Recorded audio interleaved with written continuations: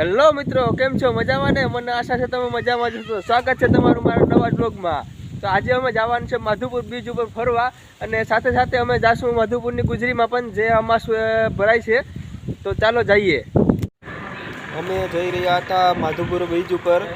જીવનબેન કે નાસ્તો કરવો, તો અમે રોકાઈ ગયા છે કાંચની કૃપા હોટલ ઉપર નાસ્તો કરવા માટે. જો જીવનબેન ખાય છે વણેલા ગાંઠિયા, દેવાંશભાઈ પણ ખાય છે. આ છે કાંચની કૃપા હોટલ, જોઈ શકો છો.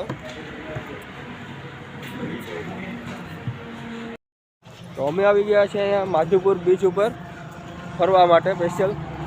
આ તમે જોઈ શકો છો અહીંયાનો નજારો.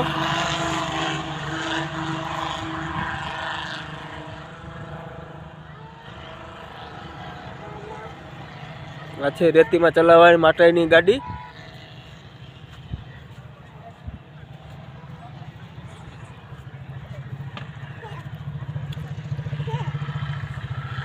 જિંગલબેન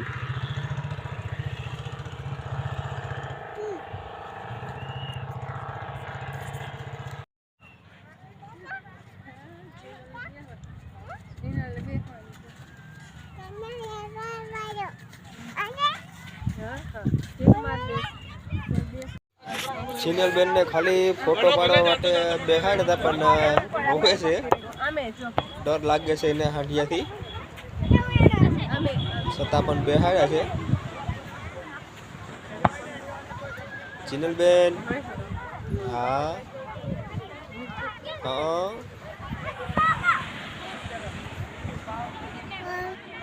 ચિનલબેન ને બેહાડા. એ પછી વનિતા કે મારે પણ ફોટો પડાવવો છે, તો બેહાડી દીધા ત્રણેયને. દેવાંશને પણ બેહાડ્યો છે, ને જોઈ શકો છો અત્યારે તમે.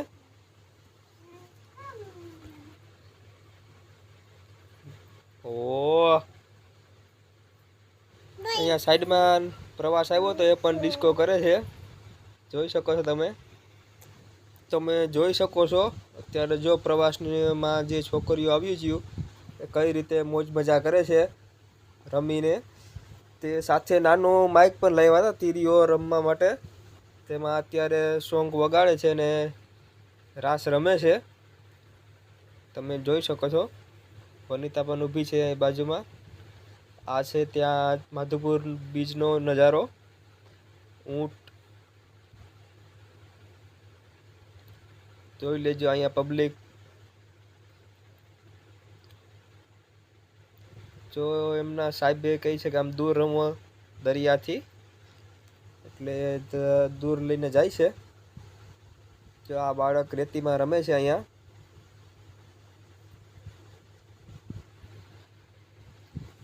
કેવો મસ્ત મજાનો નજારો છે. ચા ઢીંગલી હમણાં રમશે. જો કેવી મસ્ત મજાની રમે છે. જો એમને પણ મજા આવી ગઈ દરિયા કાંઠે. હા,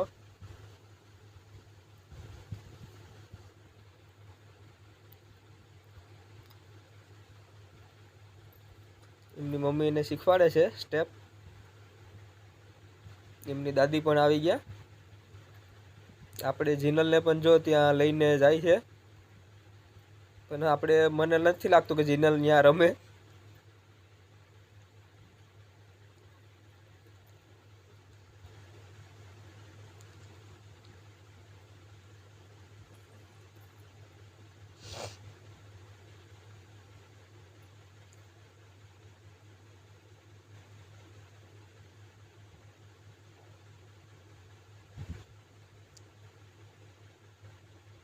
જીનલબેનને ધરાટ રમાડે, પણ રમશે નહીં મને એટલી ખબર પડે. જો જિંદગી ઢીંગલી પણ એને કહે છે કે હાલ હાલ, પણ નહીં રમે. વનિતા સમજાવે પણ શરમાવશે અને બીકણ છે એટલે નહીં રમે. એને બસ હાંડિયા જ દેખાય, હાંડિયા જોવું પડે.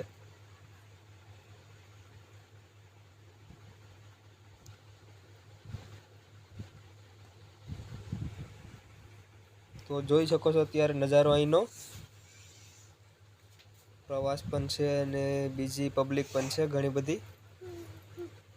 હવે અમારો વિચાર પણ છે કે હાંડિયા ઉપર બેસીને એક ચક્કર મારીએ.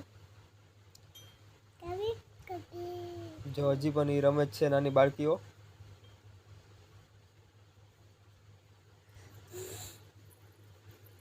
જોઈ શકો છો તમે.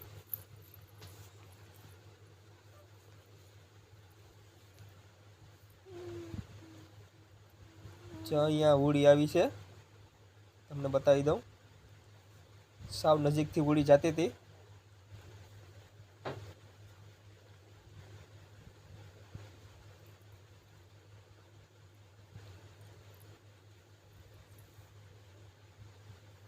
તો કઈ રીતે રમે છે લો. જો ઊંટ, હવે અમારી પણ ઈચ્છા છે કે ઊંટ ઉપર બેસીએ. ગોતી એક સારો એવો ઊંટ હોય જે અમારો વજન ખમી લે છે ચારેયનો.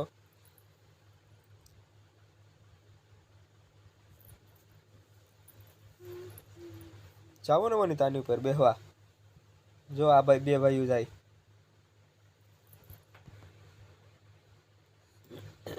આ એક ભાઈ નીકળ્યા હતા તો એ પણ રમવા આવ્યા છે, તો આપણે એને પણ જોઈ લેજો.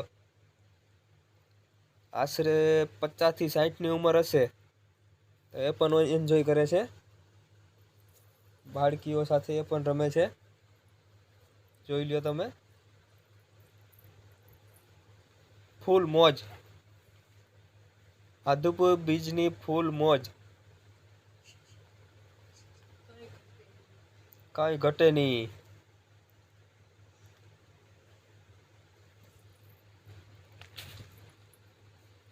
જોઈ લેજો. બાપો બાપો.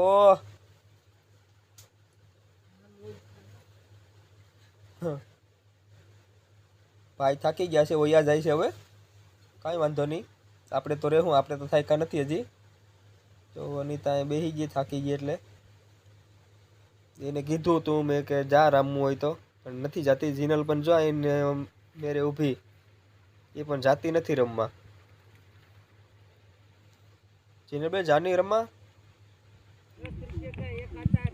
હા ભાઈ એક અહીંયા છે, એ કંઈક બનાવે છે, શંખ બનાવે છે વગાડવા માટેનું. એ ભાઈ બનાવી અને ટેસ્ટ પણ કરે છે, વાગે છે કે નહીં. જો બાજુમાં ઓલો ભાઈ છે એ પણ ટ્રાય કરે છે વગાડવાની. એ ટ્રીક આવડવી જોઈએ. તો કઈ રીતે વાગે છે જોઈજો.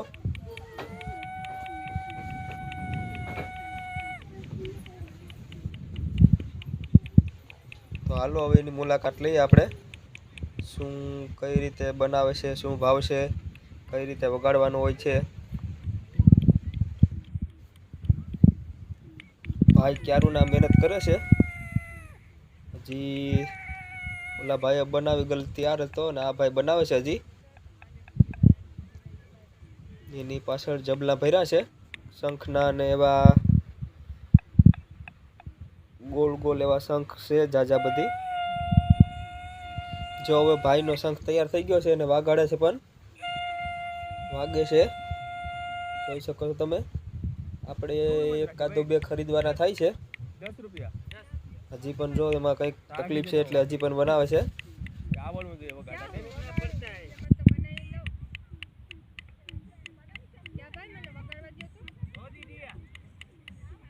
તો હવે વનિતા કહે છે કે મને પણ ટ્રાય કરવા દો વગાડવાની. હવે આપણે જોઈએ વગાડી શકે શું છે.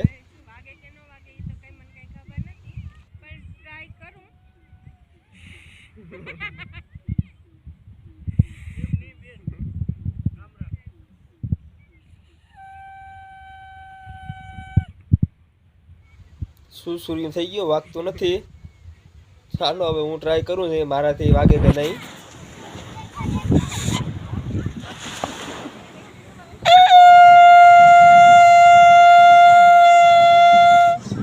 જો એનાથી મિત્રો ટાણે વાગે, મને તો નથી આવડતું એટલે મારાથી તો ન વાગ્યો. એક લઈ લઈએ એટલે લઈ લઈએ આપણે. હાલો તાને શું કિંમત છે ભાઈ? 10 રૂપિયા. 10 રૂપિયા કિંમત છે એની. કિંમત છે. જ્યારે પણ અહીંયા આવો માધુપુર અહીંયા બ્રિજ ઉપર. ત્યારે આ ભાઈને બેને મળી લેજો, એ તમને નહીં હોય તો પણ બનાવી દેશે તમને, એને પણ બનાવતા પણ આવડે છે અને તમને શીખવાડી પણ દેશે વગાડતા. શું તમારું નામ? વિજયભાઈ છે. વિજયભાઈને તમે મળી લેજો અહીંયા આવો ત્યારે. લાભ સબસ્ક્રાઇબ કરી દેના. જો લાઈક કરજો, સબસ્ક્રાઈબ કરી દેજો એમ પણ કહે છે. તો તમે અહીંયા આવો તો ન ભૂલતા જો 10 રૂપિયાની તો હું અટાણ કિંમત છે, 10 રૂપિયાનો તો માવો એક આપણે ખાઈ જાય તો 10 રૂપિયામાં જરૂર રીતે લઈજો. અને અમે પણ લઈ લીધો, જીનલબેનને વગાડીને અમે જઈશું.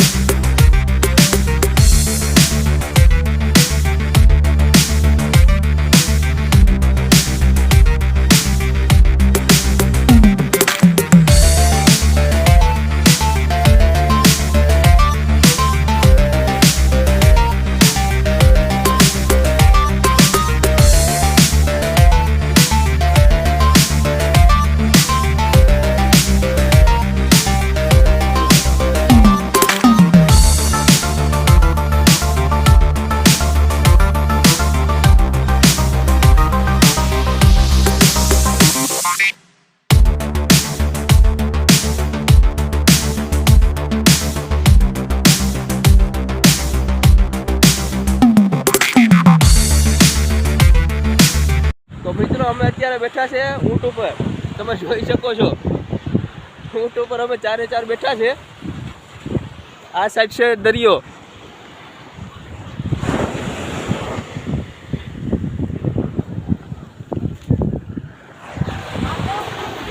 માધુપુર બ્રિજ. ક્યારેક આવો તો આ બેનને મળજો તમે, ને તમને સાંજિયાની શેર કરાવશે. એવી મજા આવે છે, ખાલી જોજો તમે. બીક તો લાગે. તો આ પકડીને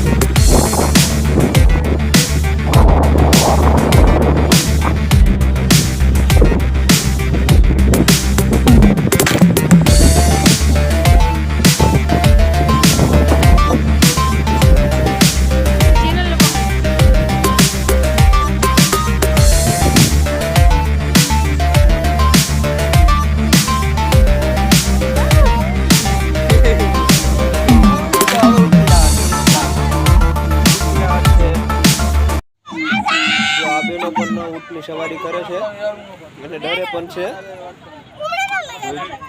જોજો તમે જોઈ લેજો. એમ કહે છે દરિયા કિનારે નહીં લઈ જતા. ડર તો લાગે છે થોડો.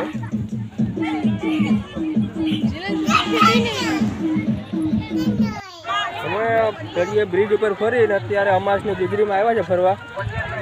થોડી ઘણી ખરીદી પણ કરશું.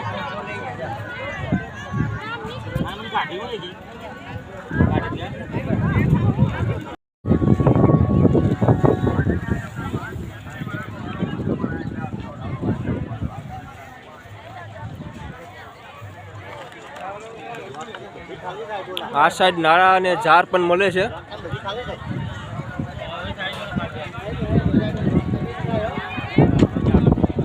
ખેતરને ફરતી બાંધવી હોય ઝાર તમારે, કોઈ જગ્યાએ નાળા કે દોરી બાંધવી હોય તમારે તો અહીંયા મળશે.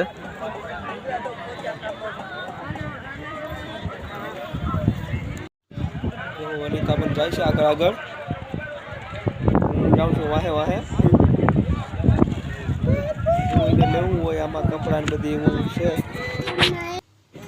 જીનલબેને લાગી હતી પાછી ભૂખ. એ કહે છે પાણીપુરી ખાવી તો પાણીપુરી લઈ દીધી છે અને વનિતાને ભેળ ખવડાવી. હવે ખાઈ પીને અમે પછી હવે નીકળી જવાના ઘરે. ખરીદીમાં કંઈ મોટું કર્યું નથી. વનિતાએ થોડી ઘણી કટલેરી ને એવું બધું લીધું છે. જીનલબેન જો પાણીપુરી ખાય, મોઢામાં ઘરતી નથી એટલે જરા જરા ખાય છે. જોઈ શકો છો એને મજા આવી ગઈ પાણીપુરી ખાવાની. તો ચાલો મિત્રો ઘરે ભાગીએ.